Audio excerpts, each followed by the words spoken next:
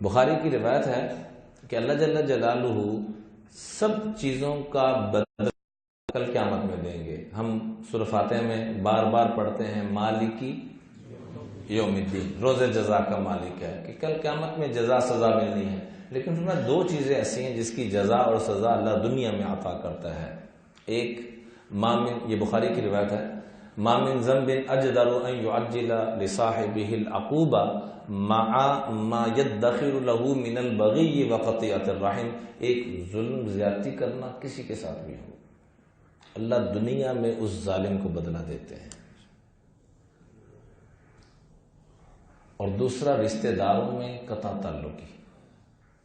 ظلم ہمارے دنوں میں ظلم بس ایک ہی آتا ہے، پولیس والے ڈنڈا پھاڑ دینے بس یہی ظلم ہے۔ نہیں میرے عزیزو، کسی بھی اعتبار سے آپ کا لہجہ ٹھیک نہیں ہے، گھر والوں کے ساتھ، رشتہ داروں کے ساتھ، باہر والوں کے ساتھ، ملازمین، یہ بھی ظلم ہے، یہ سب سے بڑا ظلم ہے۔ آپ کے ساتھ جو رہتے ہیں، آپ کے ان کے ساتھ ہی رویے ٹھیک نہیں ہے۔ اس کا مطلب ہے کہ جو آپ کو، ہم پتہ کیا کہتے ہیں، ہمارا یہ جرا میرے نہ صحیح چلے میں جان بھی نہیں شاور کروں گا، جرا میرے نہ صحیح نہیں چلے گا میں انہوں دساں گا، تو پھر تو آپ اپنے من کے لیے چل رہے ہیں، اللہ کے لیے تھوڑا چل رہے ہیں۔ حضرت عائشہ صدیقہ عفیفہ کائنات کے اوپر کہ ان کی پاک دامنی اور پاکیزگی کو پوری دنیا میں تقسیم کیا جائے عورتوں کے اوپر، تو ہماری امی جان کی پاک دامنی اس سے بڑی ہوئی ہے۔ اس عورت پہ تہمت لگ رہی ہے کہ یہ عورت غلط ہے، اور تہمت لگانے والوں میں سے ایک وہ شخص بھی ہے جس کا سارا خرچہ صدیق اکبر نے اٹھایا ہوا ہے۔ جیسے کئی رشتہ دار ہوتے ہیں ایسے، وہ غلطی سے غیروں کی سازش میں آ گئے۔ حضرت مصطح نام تھا ان کا، تو قسم کھا لی کہ اب ان پہ خرچ نہیں کروں گا۔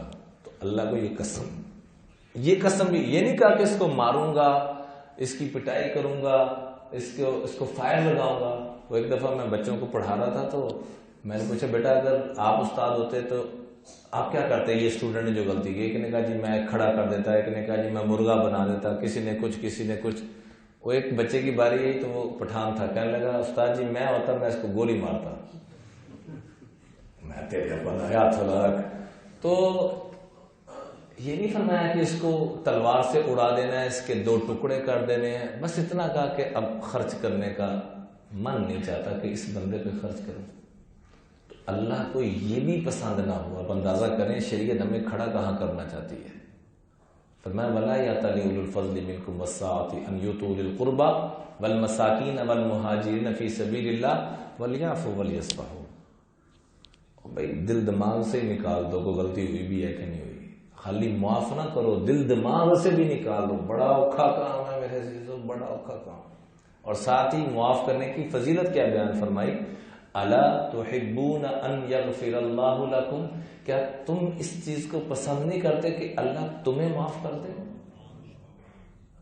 فوراً کہا بلا یا رسول اللہ، کیوں نہیں پسند کرتے؟